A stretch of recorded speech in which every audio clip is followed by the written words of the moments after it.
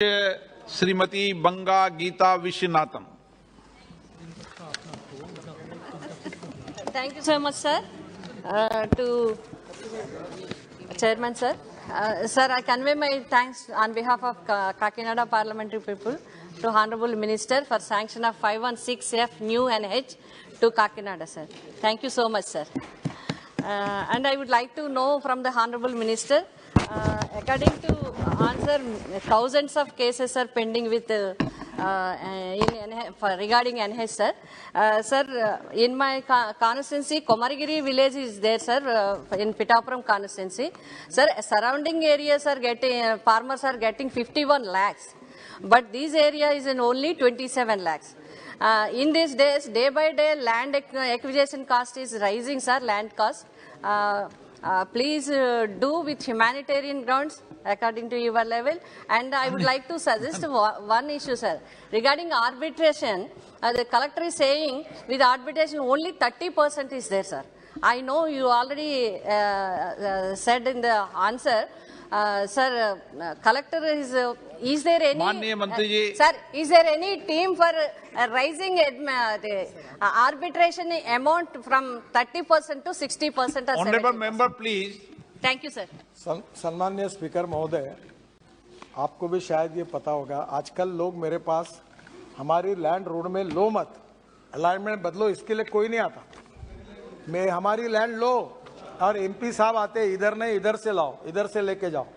इसका मतलब यह है कि बाजार भाव से भी अच्छी प्राइस मिल रही है, 4 गुना।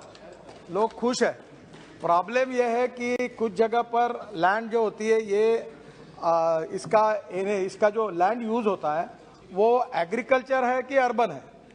तो इंडस्ट्री एखादी खड़ी होती है, वो पावर मीटर लेता है, वो बोलता है मेरी लैंड इंडस्ट्रियल है, और गवर्नमेंट रिकॉर्ड कहता है ये एग्रीकल्चर है। तो एग्रीकल्चर का रेट अलग है, इंडस्ट्री का अलग है, अर्बन का अलग है, फिर उसके डिस्प्यूट होते हैं। ये इसी प्रकार के इशू है। तो मैं आपको एक ही बताऊंगा कि इसमें कॉम्प्लिकेशंस है, इसमें जल्दी निर्णय नहीं होता है, रेट ज़्यादा है। और मैडम आपको बताओ, उत्तराखंड में हमने निर्णय किए और ज़्यादा भाव दिए, तो हमारे अधिकारियों की फिर इंक्वायरी होकर राज्य सरकार ने रिकमेंड करके सरकार बदल गई। तो हमारे अधिकारियों की इंक्वायरी जब सीबीआई में, तो उनको पूछा गया कि आपने क्यों कोर्ट में अपील नहीं किया, आप चुप क्यों रहे। तो अधिकारी को अब सुप्रीम कोर्ट तक जाना है, वो बोलते निर्णय कैसे करें। तो सब बाजू से थोड़े बहुत समस्या है, पर पब्लिक इंटरेस्ट में और आपकी भावना को लेकर 1 महीने के अंदर इसके ऊपर पूरा सोचकर सब स्टेक होल्डर से बात करके हम कोई सोल्यूशन लेकर आएंगे और इस प्रॉब्लम को सुलझाएंगे।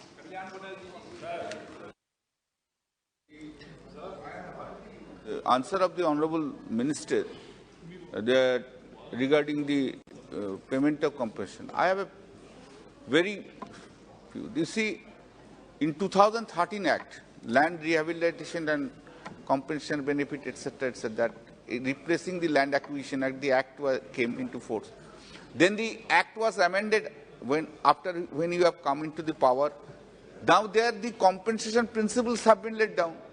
That's the compensation benefit has been given in the land acquisition cases. Why you are not extending that benefits which have been given in the land acquisition, in 2013 Act, in the National Highways Act? If that principles have been laid down, then the problem will be resolved. Regarding the determination of the compensation amount is concerned, that's the point. Now, whether anybody is aggrieved or not, that's the later part. They will go on later on arbitration, 220, 30, leave aside all that things. And sir, I tell you one thing. The most important questions in India is now in every compensation matter, any benefit is given, either state government or central government, they are without giving this compensation benefit to the land losers. Okay. They are more willing to go to the High Court and Supreme Court, reduce the litigations, give the benefits to them. Sir, that's my suggestions. Although it's in the form of questions I have raised it, but this is a suggestion to you. Sir, ये अध्यक्ष महोदय 2013 में ये land acquisition bill का मैंने ही पेश किया था पार्लियामेंट में। मुंडे नहीं 2015 में गोपीनाथ मुंडे जी ग्रामीण विकास के मंत्री थे और उनका एक्सीडेंट हो गया था। बाद में टेम्पररी मैं उस खाते का डिपार्टमेंट का मंत्री था और ये बिल अरुण जेटली जी, मैं उस समय हमने बैठकर तैयार किया था। पर आपको एक बात बता दूं, आप कह रहे हो वो भावना बिल्कुल सही है। प्रॉब्लम यह है कि जब हम कॉम्पेंसेशन को एक्सेप्ट करते हैं तो इंक्वायरी में ये मामला आता है कि तुमने क्यों एक्सेप्ट किया, तुमने अपील क्यों किया, तुम ज्यादा पैसा क्यों किया, इंटेंशन चैलेंज होता है।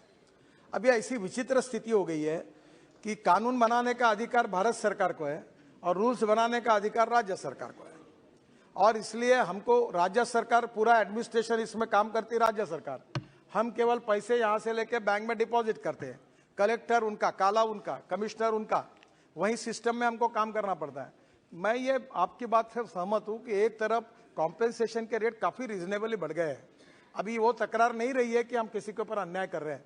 मैं आपको एक बात बताऊं, आखिर आपको दोनों बातों से सोचना पड़ेगा। केरल के एमपी यहाँ बैठे, अभी मैं केरल में जा रहा हूं, अभी हम एक हाईवे बना रहे केरल में, 1 किलोमीटर की खर्चा कितना है, 100 करोड़ रुपए पर किलोमीटर।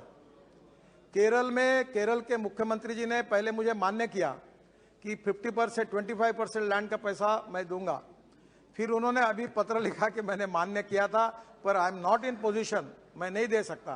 फिर मैंने उनको कहा कि आपका मटेरियल जो है रॉयल्टी फ्री करो, जो स्टेट का जीएसटी उतना एग्जाम करो और सरकारी लैंड दे दो, ऐसा करके मैं कॉम्प्रोमाइज करके मार्ग निकालूंगा।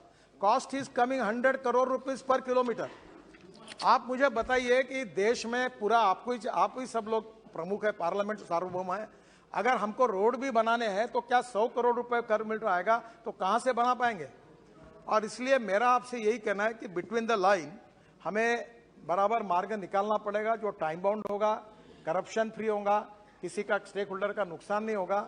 मैं आपकी भावना से सहमत हूं और अच्छे इंटेंशन से काम करने के बाद अधिकारी भी अड़चन में नहीं आए तो मुझे लगता है we will find out the way out and you give me the suggestions, I am open for that, and after that by taking suggestions from all the stakeholders we will finalize the thing and we will come to the parliament and we will tell you.